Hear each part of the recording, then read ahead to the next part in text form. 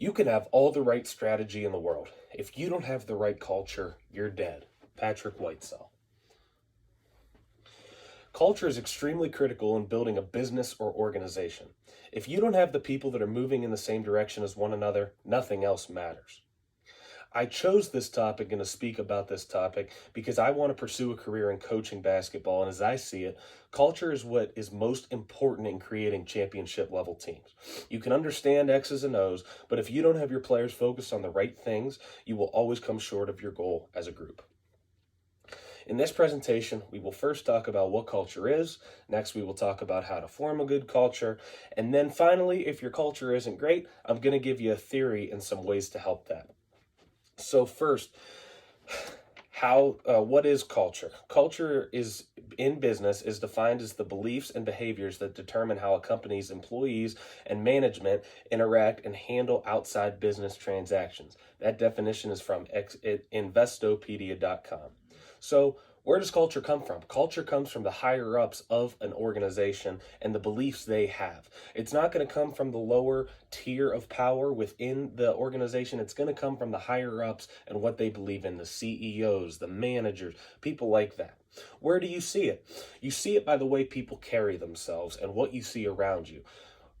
When people carry themselves, if they're carrying themselves in a positive, high level way, they usually have pretty good culture. They want to be there. If they're down, bad body language, they usually don't. And what you see around you, what's on the walls, what pictures are on the walls, what's being represented within the working space is typically another good sign of culture.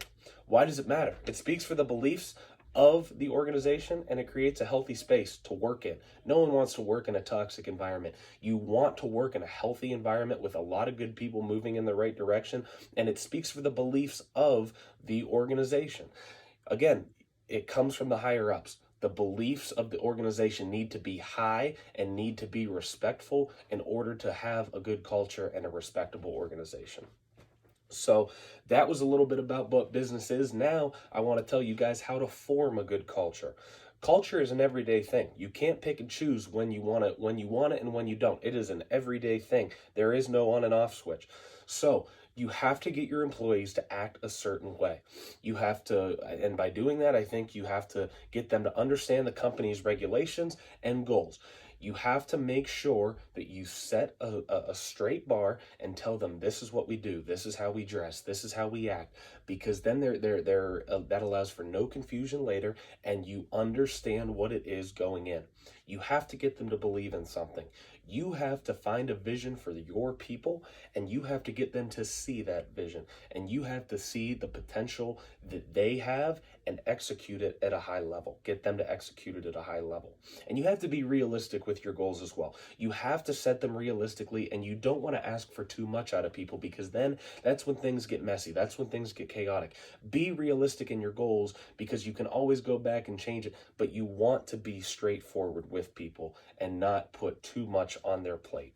That was a little bit how to form a good culture. Now, if you don't have that good of a culture, there is a theory called groupthink that talks about getting together, talking things out when things get bad, and you have, and I'm going to tell you a couple ways to go about using groupthink. So what leads to it? Bad leadership and lazy employees. I said it again. Culture comes from the top of an organization. So bad leadership is typically when something like groupthink comes into play. If you have lazy employees, that's another thing, because it is a result of a bad culture, and that leads to groupthink. Best ways to execute it: be open and honest with each other and use constructive criticism. You don't want to hide things. If you're in a group environment talking about the betterment of your organization and moving forward stronger, it is very important to be open and honest with each other and use constructive criticism. Be honest, but you don't want to hurt anyone's feelings, because then that's when people turn on each other. You want to be open and honest, but understand where you're coming from at the same time. And you have to build off it. Again, you have to do these things every day. You get together, you talk about a certain 5 things. You have to do those 5 things every day. There is no on and off switch when it comes to culture, and talk about it and carry it out. Move forward with it, move forward stronger. The goal is to better your organization as a whole, so do that with groupthink. So, a lot goes into culture and forming a good one, but it is better to enforce a good one than to be lazy and create a poor working environment. You want to work together and form a good culture from the jump. Culture is extremely important when working in business or sports, and making sure your employees are all moving together in the same direction is absolutely critical. So, after talking about what culture is, how to form a good one, and how to fix a bad one using groupthink, I hope you can take these thoughts into your workspace to better you and your team's lives. Thank you.